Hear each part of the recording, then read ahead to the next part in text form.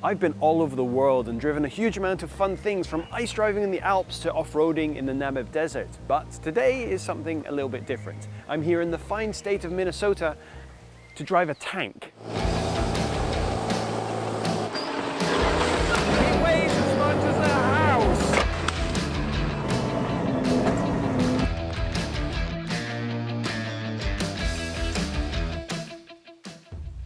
About 70 miles outside of Minneapolis is the town of Kasota, home to the aptly named Drive a Tank. Anyone with an interest in having a go in some serious military hardware spanning almost the entire history of tanks, but without the desire to actually enlist, Drive a Tank can give you the opportunity to drive, shoot and crush with some legendary metal. And just to get this out of the way, some of these are tanks, some of these are self-propelled guns. I get it, tank nerds, there is a difference, and although I do know which is which, for the sake of simplicity I'll just be calling them tanks, as tanks is shorter than self-propelled gun, so that saves time, which I now have to do as I've spent so much time explaining why I've called them all tanks. First up was the Abbott, 16.5 tons of British metal powered by a 240 brake horsepower Rolls-Royce engine. These are all genuine ex-military vehicles. The weapons may have been decommissioned, but they still look, sound and crucially drive exactly how they should, and after some instruction on how to actually do it, I was away. Here we go. So this may have as much horsepower as a sporty little MX-5 or something like that. It weighs as much as a house. So we're not looking at 0 to 60 times here, but it is effortlessly pushing forward this massive weight. And it's not difficult to drive. Automatic transmission, one pedal and two handles is all it takes. This is easier to drive than my Golf.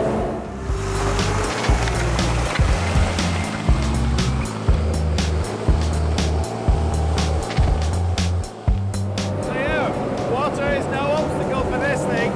Just keep going. As long as you don't mind getting muddy, it doesn't mind getting muddy. It takes some time getting used to drive something using levers instead of a steering wheel, but as soon as you find your feet, it's hard to get that smile off your face. There is something pretty awesome about looking over your shoulder and seeing a cannon protruding from your ride. I'm not going to lie. With my first tank experience in the bag, the next challenge would be to learn to drive using a periscope, this time in an APC.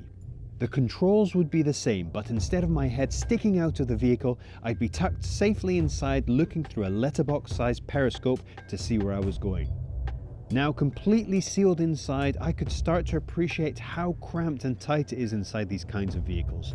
Creature comforts are virtually zero, with a couple of minimal padded areas, your only respite from the hard, bare metal.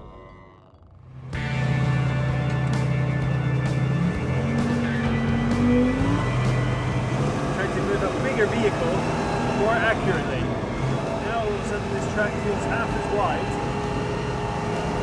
I do feel twice as protected. I'm not expecting any enemy attacks out here in Minnesota, but if there are, my head isn't now sticking out. Also, it's not getting muddy.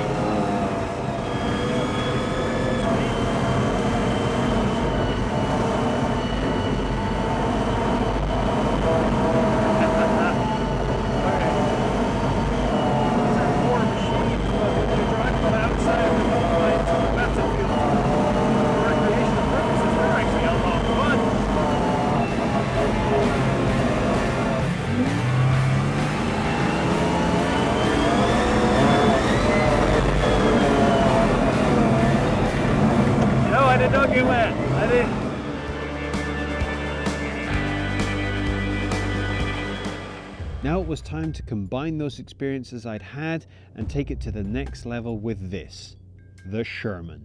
This World War II legend might not have been the largest piece of hardware on show that day, but it certainly was the most iconic.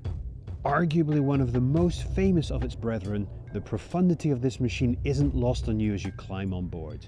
Where everything else I'd driven that day had an automatic gearbox, the Sherman had the mother of all manual boxes. Once I had wrestled it into gear and pulled away, it was hard to take in the fact I was driving a machine that 70 years prior had been tearing through Europe in droves, kicking ass and taking names.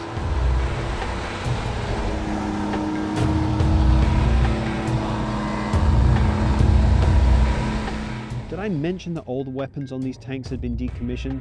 Well, that's technically true, but the guys that drive a tank are pretty handy fellows, and they have completely rebuilt the cannon on the Sherman, and with it, their own custom shells. So, if you're inclined, you can actually shoot it. And boy, was I inclined.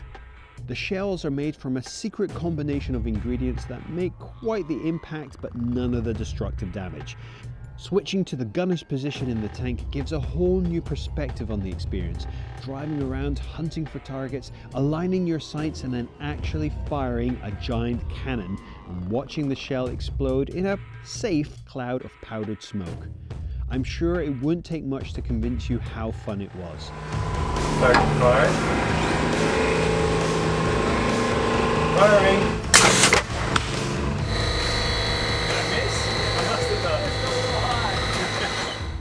After a full day of learning the amazing history of these incredible machines and getting to actually experience what it feels like to control these metal monsters, I could have left a very happy camper.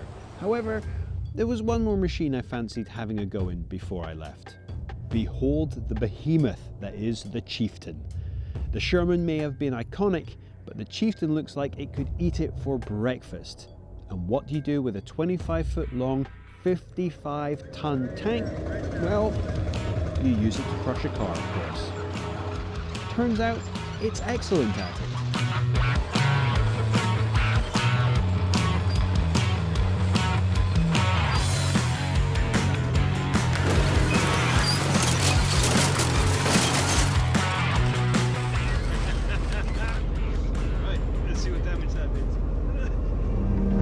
So now I can officially strike driving a tank off my bucket list, and thanks to the guys here at Drive a Tank, not only have I driven an Abbott and fired shells from a Sherman at a moving target, I've managed to crush a Buick with a Chieftain, something I definitely wasn't expecting to add to my list today.